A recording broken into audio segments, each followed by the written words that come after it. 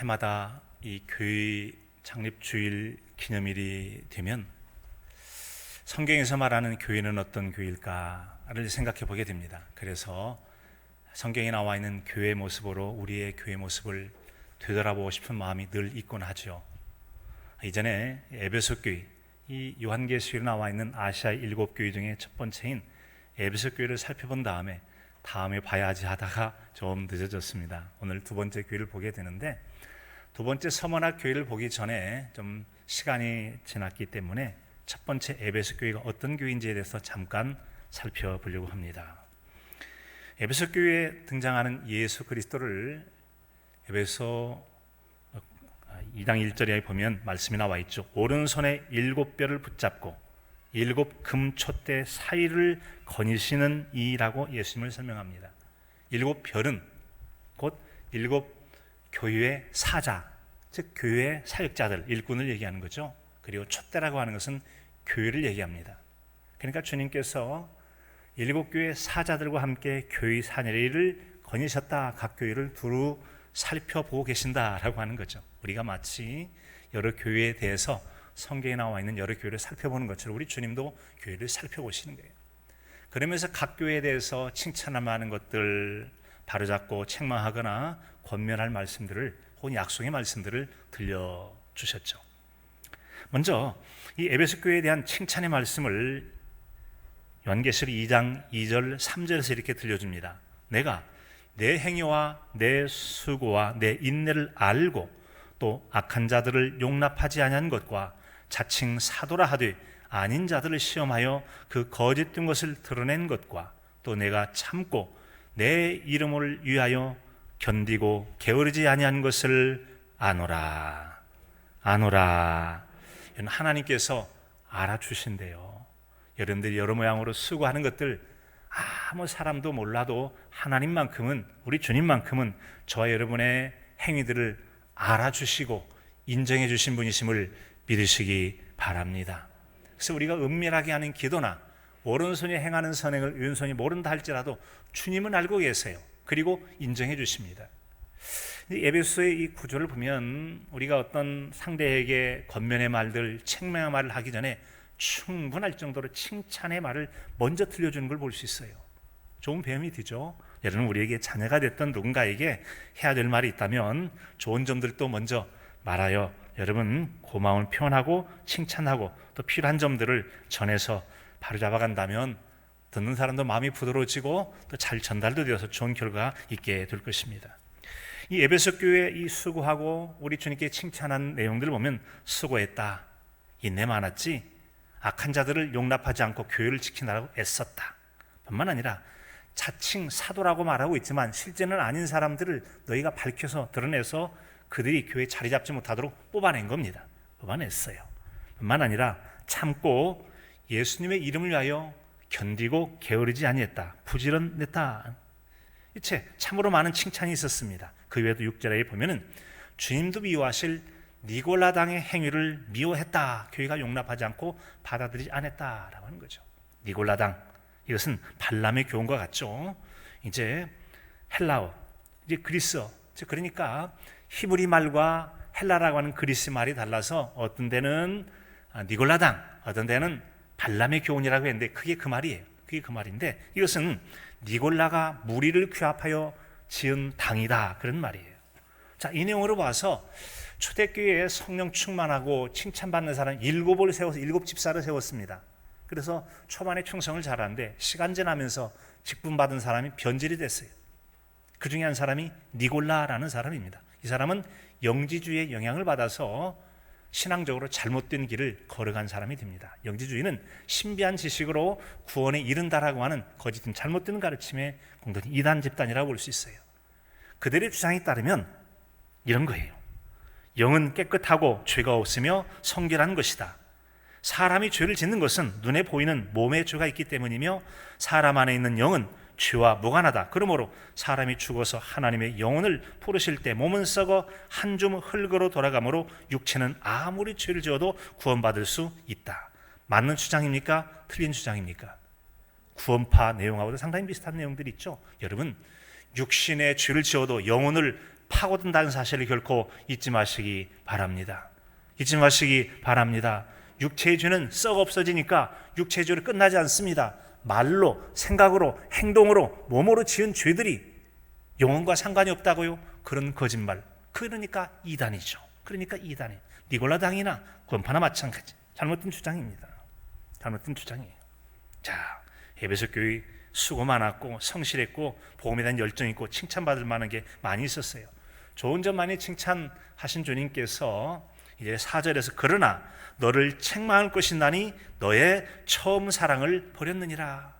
사실 우리 주님의 지적과 책망은 미워하고 그를 상처 주려고 하는 목적이 아니죠. 이것만 고치면 좋아지시다는 일종의 사랑의 권면이 되는 것이죠. 스스로 깨닫지 못하는 부분을 주님의 이렇게 말씀하심을 통해 우리가 스스로 보지 못하고 깨닫지 못하는 부분을 알아가게 되어지는 거예요. 누군가가 싫은 말을 할지라도 거기에는 다 내게 들을 말들이 있다 생각하면 교훈이 되고 도움이 되는 거예요. 약을 삼으면 복이 되겠죠. 너를 책망할 것이나니 너의 처음 사랑을 버렸느니라. 그 안에 여러 에베소 교회가 그쪽에 이제 아데미 신부터 시작해서 여러 우상도 많고 여러 죄악되는 게 많이 있어요.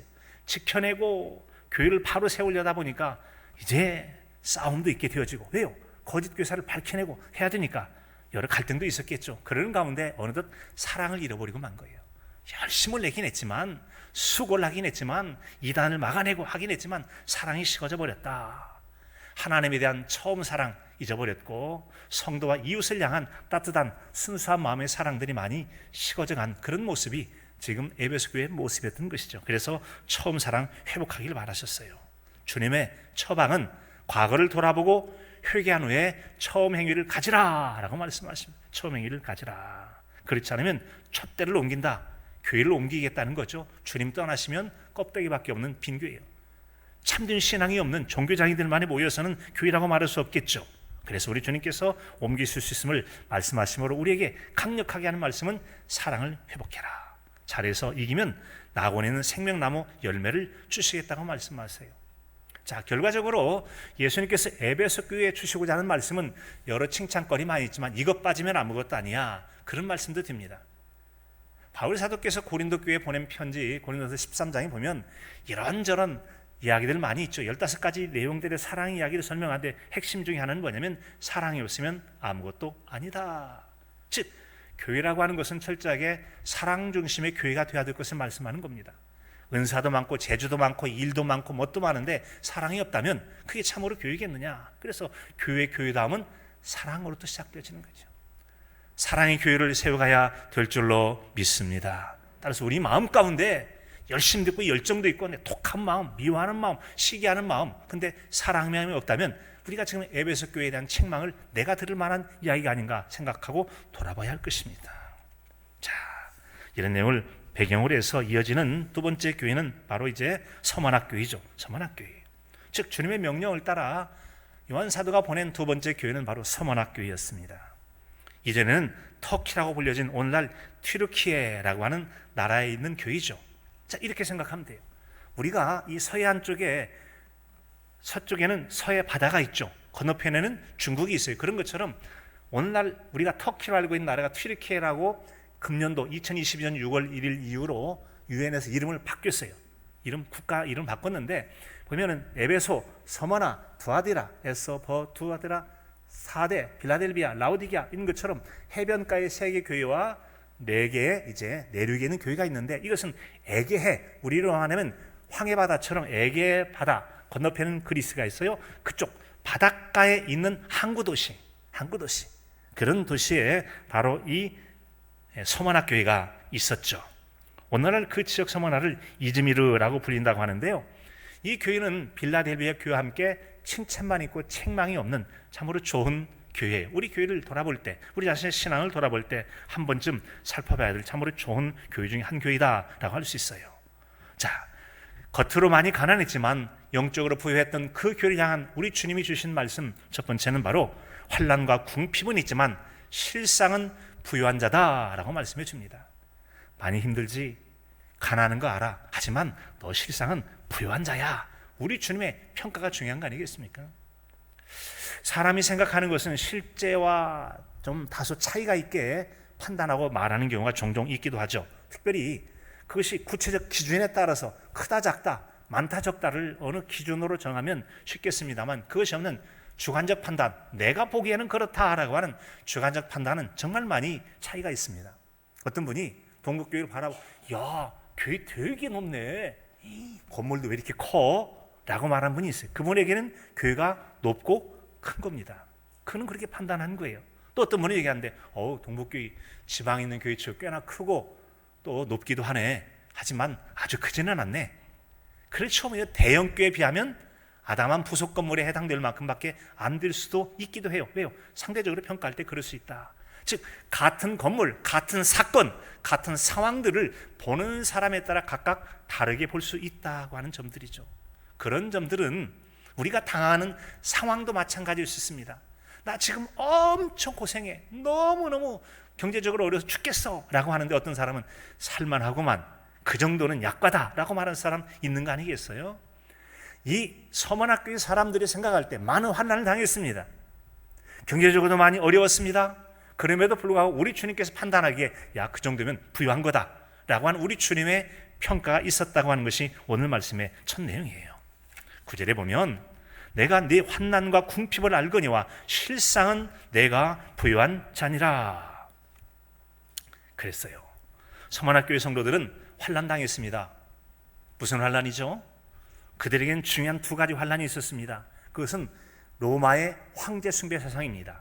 황제 숭배 사상이라고 하는 것은 황제는 우리의 주인입니다 라고 하는 거예요.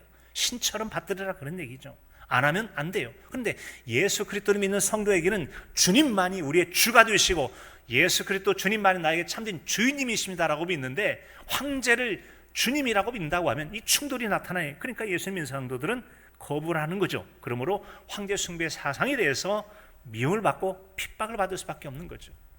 두 번째 내용은 바로 유대주의적 율법주의에서 고통을 당하게 됐습니다. 사실 AD 70년이라고 해서 디도 장군에 의해서 예루살렘 성이 멸망해, 이스라엘이 멸망하죠. 그때 세계 각지로 유대인들이 퍼져가게 되는데, 또 경제력이 뛰어난 이들이 항구 도시에 있는 이 서마나 지역에 대거 많이 몰려와 살았다고 합니다. 바로 그들이 살아간, 유대인들이 살아간 데는 유대 율법주의적 행각과 가치들이 많이 있겠죠. 그런데 이방인들이 예수님 믿을 때 유대 율법주의보다는 예수의 십자가의 구원의 복음을 더 중요시 여길 때, 이건 아니다라고 여기면서 우리가 본토 사람이야 라고 말하면 그들이 핍박을 하기 시작하니까, 이들이 당한 핍박의 두 가지는 바로 로마의 황제 숭배 사상하고 그 먼 나라 여기까지 와서, 즉 서머나까지 와서 유대 율법주의적 가치를 전하고 있는 유대인들에 의한 핍박당함이 그들의 큰 핍박이었고 고통이었다는 거죠. 그래서 그들은 정치적으로, 종교적으로, 사회적으로, 경제적으로 큰 어려움을 겪을 수밖에 없었어요. 황제 숭배 사상을 따르지 않는 사람은 오늘날로 말하면 공무원에 해당되는 거겠죠. 공무원이라고 하는 가을 수 있는 길에 막히게 됩니다. 국가는 시책으로, 자, 여러분들이 직원들 할 때 황제 숭배 사상 하지 않는 사람 직원을 잘라버리기 바랍니다. 직장생활 못하게 가로막아버려요. 그러므로 그들이 직업을 얻기도 힘들었지만 직업을 가져도 결과적으로 회사에서 퇴출당하게 되니까 일자리가 아주 곤란해서 가난할 수밖에 없고요, 여러 핍박이 심한 생활을 살아갈 수밖에 없었던 거죠. 그럼에도 불구하고 주님은 너희들은 부유한 자야, 육신적으로 부유하고 육신적으로 핍박을 당했지만 그럼에도 불구하고 황제 숭배를 거부하고 예수 그리스도 주님만이 우리에게 진정한 주님이시라고 고백하는 흔들림 없는 굳건한 믿음이 있었기에 그들은 물질적 부유한 자가 따라올 수 없는 영적인 부유한 자라고 우리 주님께서 인정해 주신 것입니다.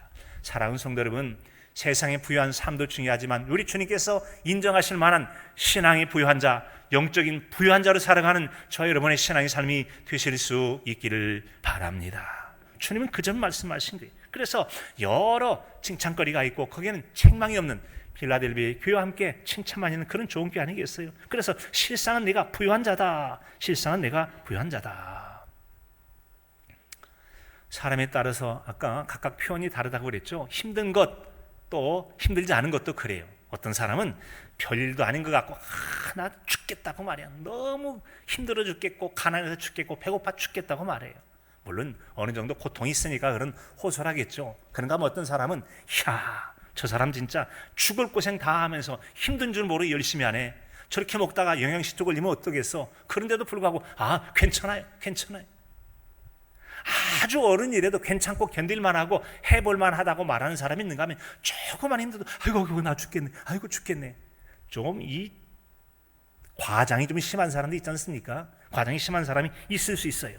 자, 그런데 서만학교의 성도들은 신앙을 지키려고 죽을 고생을 하면서도 힘든 줄 모르고 당연히 그렇게 해야 될 줄 알고 그 믿음을 지켜갔던 거 아니겠어요?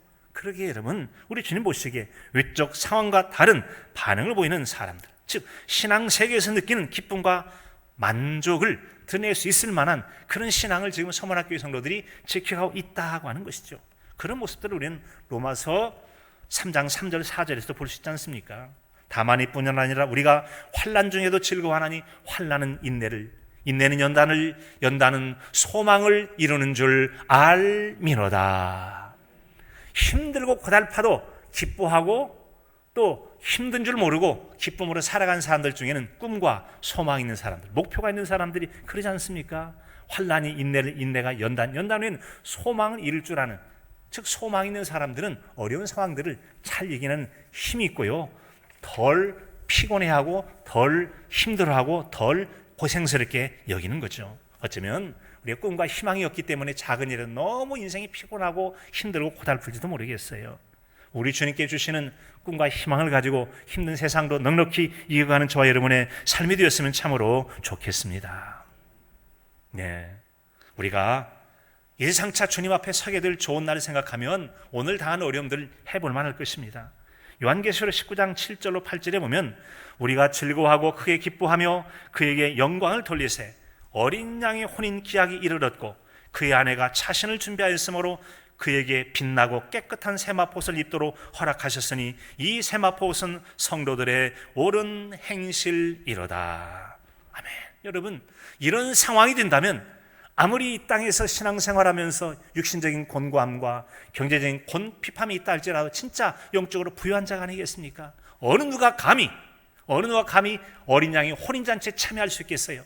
어느 누가 감히 여러분 어느 부자, 어느 명예, 어느 권세를 얻었다고 누가 예수 그럴 때 순결한 신부의 자리에 설 수가 있겠습니까?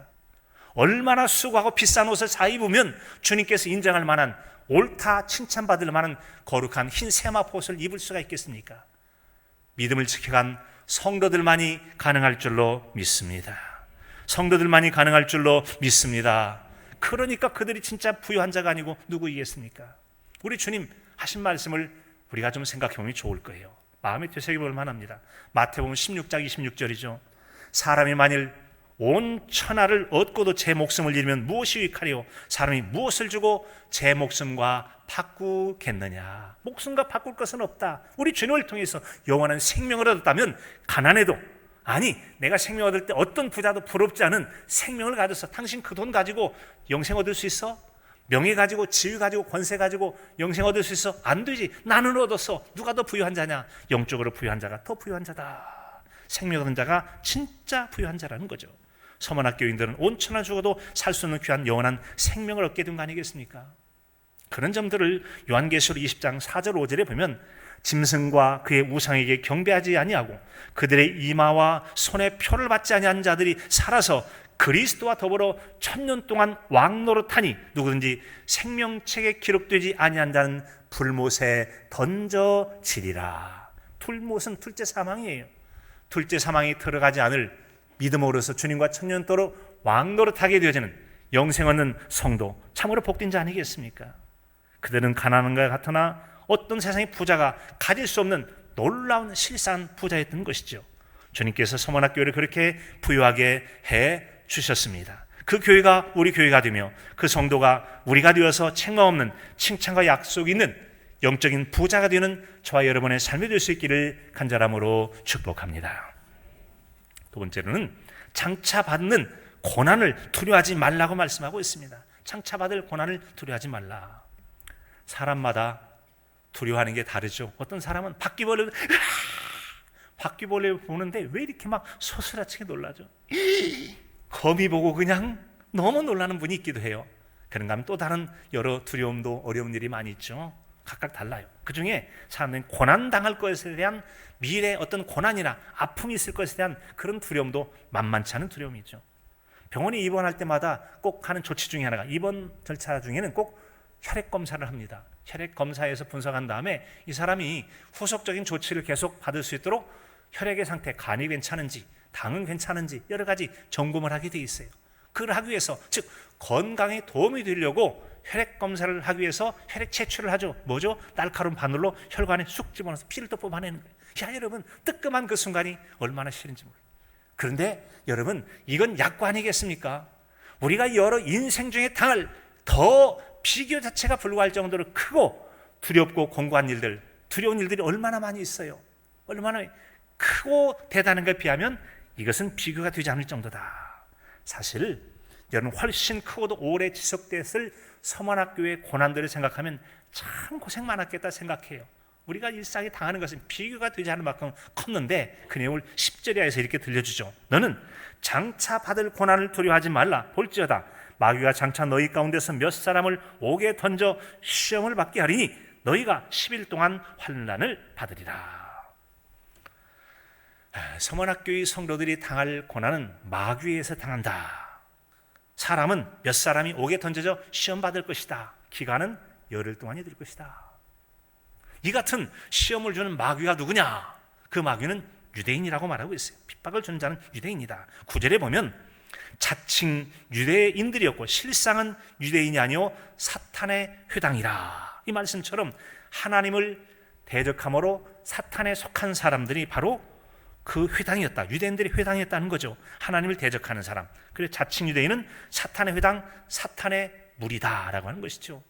참 이건 우리에게 도전을 줍니다. 유대인들로 말하면 아브라함이 혈통을 가졌고 모세 율법을 가졌고 세월 속에서 어떤 직분도 가졌겠죠. 그런데 그들이 하나님 보기에 천사 같은 존재가 아니라 사탄의 무리였다. 마귀의 하수인들이었다. 기가 막힌 얘기 아닙니까?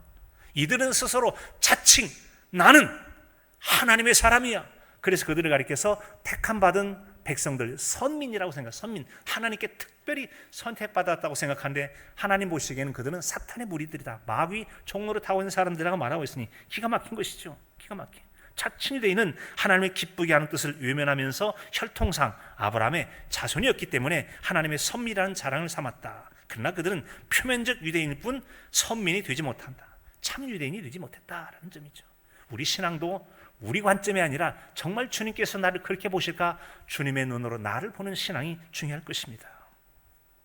사실 저 예루살렘 멸망 이후로 그 서머나 쪽에 많이 몰려들었던 이 유대인들은 정말 이방인 그리스도인들을 많이 핍박하고 힘들게 했던 사람들이었어요. 그들이 핍박하고 괴롭힐 때 두렵지 않았겠습니까? 그렇지 않아도 황제 숭배 세상 때문에 힘든데 말이죠. 그런데 주님께서는 두려워하지 말라 말씀하셨어요. 거기에는 그럴 만한 이유가 있었겠죠.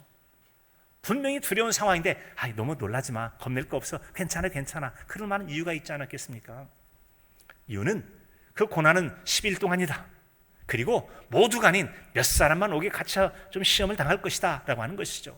여기서 말한 10일 동안이란 이야기는 말세에 있어서 고난을 당하나 그것을 견딜 수 있을 만한 적정한 기간을 가리켜서 그렇게 말할 수 있어요. 이를테면 고린도 교회에 주신 바울 사도 고린도전서 10장 13절에는 이런 말씀이 있어요. 사람이 감당할 시험 밖엔 너희가 당한 것이 없나니 오직 하나님 미쁘사 너희가 감당치 못할 시험 당할 즈음에 피할 길을 내사 너희로 능히 감당하게 하시느니라. 감당하게 하시느니라. 시험당을 허락하지 않을 뿐만 아니라 시험당할 때 피할 길을 내서 우리를 넉넉히 감당하게 하는 것이 10일간의 기간이다 라고 생각하면 될 것입니다. 그래요. 하나님 우리에게 감당하게 해주십니다. 피하게 해주십니다. 믿음으로 승리할 수 있도록 도와주실 줄로 믿습니다. 특별히 중요한 건 믿음이죠. 믿음이 세상에 이길 수 있는 힘 아니겠습니까? 요한일서 5장 4절에도 보면 무릇 하나님께서 난 자마다 세상을 이기느니라. 세상을 이기면 이것이니 우리의 믿음이니라. 우리의 믿음, 좋은 믿음을 가진 자가 세상에 당하는 온갖 어려움을 이겨낼 수 있다고 들려주고 있습니다. 그런 사람이 있죠. 바로 이 서만학교의 감독이었던 폴리갑의 우리의 순교 내용을 너무나 들어 잘 알고 있을 거예요. 그래도 서만학교에 대한 이야기니까 다시 한번 정리해보면 그런 거죠. AD 156년경에 서명하나 지역에 핍박이 시작됩니다. 그런데 그 당시 지방 총독인 스타티우스라는 사람이 빌라델피아에 잡아온 사람 11명을 짐승들의 먹이를 줘서 사자의 몸에다 찢겨 죽습니다. 이어서 어떤 사람 밀고가 있었어요. 폴리갑을 밀고 하게 됩니다. 총독 앞에 서게 되죠. 그리고 황제 숭배 사상이라는 질문을 받습니다. 그가 말하죠. 우리는 당신의 인격을 존중합니다. 나는 당신을 죽이고 싶지 않습니다. 한마디만 하면 당신을 풀어주겠습니다. 나사렛 예수가 주인이 아니고 황제가 주인이라고 한마디만 하면 됩니다. 나사렛 예수가 주인이 아니라 황제가 주인이라고 한마디만 하면 당신을 살려주겠소. 이게 바로 황제 숭배 사상입니다. 두 주인을 섬길 수 없다고 그랬죠. 주님이 주인이시라면 황제는 주인이 될 수 없는 거예요. 우리는 주님이 주인이기 때문에 거부했다. 이게 바로 유대인, 바로 그리스도인들의 삶 아니었겠습니까? 그때 서머나 감독 폴리갑은 86년간, 86세의 나이죠. 86년간 나는 그분을 섬겨왔고 그분은 나를 한 번도 모른다고 한 적이 없는데 내가 어떻게 나의 주님을 모른다고 하란 말입니까? 제발 나를 죽여주세요 라고 했더니 제발 나를 죽여달라. 백성들이 들고 있나니까 화형을 시켜라 어쩌라. 자, 화형에 취할 수밖에 없죠. 그때 불을 지르라. 불을 지르십시오. 이 불은 잠시 있다가 꺼질 것입니다. 그러나 또 하나의 불이 있음을 기억하십시오. 그것은 하나님의 영원한 진노의 불입니다. 만약 당신들이 하나님과 그분의 아들이신 그리스도를 거절하면 영원한 지옥불을 견뎌야 할 것입니다. 당당한 모습을 외친 것이 회개하십시오. 그렇지 않으면 지옥 갈 것입니다. 그 얘기가 다를 바가 없는 거죠. 둘째 사망의 풀못에 들어갈 것이다. 진정으로 부유한 자가 누구이겠습니까? 누가 여러분 진정으로 강한 자이겠습니까? 요한계시록 16장 2절은 말씀합니다. 첫째 천사가 가서 그 대접을 땅에 쏟음에, 이제 대접 재앙에 대한 내용이죠. 짐승의 표를 받는 사람들과 우상에게 경배하는 자들에게 악하고 독한 종기가 나더라. 우상 숭배, 황제 숭배 사상도 마찬가지겠죠. 이것이 바로 여러분 우상 숭배하는 자들에게 장차 주어질 하나님의 심판에 대한 예표가 아니고 무엇이겠습니까? 요한계시록 18장 18절에 보면 하루 동안에 그 재앙들이 이르리니 곧 사망과 애통함과 흉년이라 그들이 또한 불내에 살라지리니 그를 심판하시는 주 하나님은 강하신 자이심이라. 강하신 자이심이라. 하나님 위해서 둘째 사망의 못에 들어가면 누가 건져낼 수 있단 말입니까? 누가 건져낼 수 있어요? 미래를 알수는 우리에게 우리 주님은 약속의 보장으로 들려주는 언약의 말씀이 두려워할 것 없다. 주님께서 두려워하지 않아도 된다면 걱정 없이 평안의 삶을 누려도 좋을 줄로 믿습니다. 두려움 벗어나 평안을 누리실 수 있기를 바랍니다. 우리 주님 요한복음 14장 27절에 말씀합니다. 평안을 너에게 끼치노니 곧 나의 평안을 너에게 주노라. 내가 너에게 주는 것은 세상이 주는 것과 같지 아니하니라. 너희는 마음에 근심하지도 말고 두려워하지도 말라. 믿음 있는 자에게 그런 은혜가 임하게 될 줄로 믿습니다. 우리도 주님의 약속을 붙들고 어떠한 두려움이 있을지라도 물리치고 주님의 언약 안에서 참된 평안의 복을 누림으로 세상 많이 가진 자라도 평안을 누리지 못할지라도 적게 가졌으나 참된 평안을 누림으로 참된 부유자로 사시는 저와 여러분의 삶이 되시길 간절함으로 축복합니다. 마지막은 죽도록 충성하면 생명의 관을 주시겠다고 하는 겁니다. 죽도록 충성하면, 지금 충성할 수 있는 상황이 아니거든요. 너무나 곤고하고 가난하고 핍박이 많은 때 충성하기가 쉽지 않고 조심조심 숨어야 되네. 열심을 내라. 왜? 두려워할 것 없다. 내가 지켜줄 것이니까. 믿음 가진 자만이 상황을 초월한 열심을 낼 수 있는데, 요즘에 이제 얼마 지나지 않아서 월드컵이라는 세계 또 축구 경기가 있죠. 경주에서 모든 사람은 우승자가 되기를 꿈꿉니다. 월계관을 받기를 원하는 것이죠. 그런 것처럼 신앙의 경주도 우리에게 그럴 것을 말씀해 주고 있습니다. 죽도록 충성하라. 생명의 관을 주겠다. 이러려면 마음의 자세가 중요합니다. 승부를 하고 승리자가 되기 위해서 마음 자세가, 우리는 해봐야 16강도 들기가 어려워, 8강도 어려워, 그런 사람이 되겠습니까? 자, 그래서 우리 주님께서 너희 가난하지 않고 부유한 자야, 장차 당할 두려움, 너무 고난에도 두려워할 것 없다라고 주님께서 말씀하시고, 그럴 바에 다른 생각 접어놓고 죽도록 충성해라 라고 말씀하셨어요. 그렇게 극복하고 위축되지 않은 마음으로 나아간다면, 적극적으로 주님의 사역에 충성하길 바라고 그렇게 한다면 그들에게 생명의 관을 주겠다고 우리 주님께서 약속해 주신 것입니다. 주님 말씀에 순종하면 미래를 책임져 주시고 보장해 주실 줄로 믿으시기 바랍니다. 따라서 누가 믿음의 사람으로 살아가느냐? 환경이 좋아서 믿음으로 살아가는 것이 아니라 환경을 초월해서 주님을 향한 굳건한 믿음을 가진 자가 좋은 믿음의 삶으로 승리자의 관을 쓸 수가 있다고 하는 것이죠. 둘째 사망해를 받지 않는 승리자가 될 것입니다.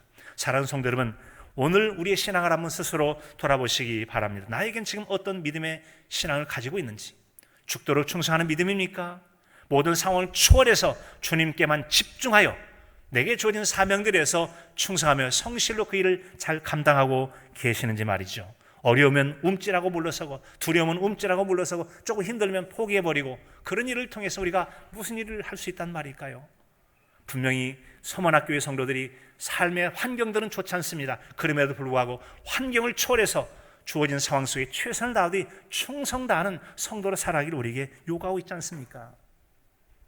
우리는 하나님 앞에서 가난하지 않습니다. 부유한 자라고 했어요. 약속대로 살면 생명의 관을 주겠다고 말씀하십니다. 그런 믿음이 있기에 기꺼이 내게 가진 것들을 포기하고 더 좋은 것을 선택할 수 있는 믿음의 경주를 할 수 있는 거 아니겠습니까?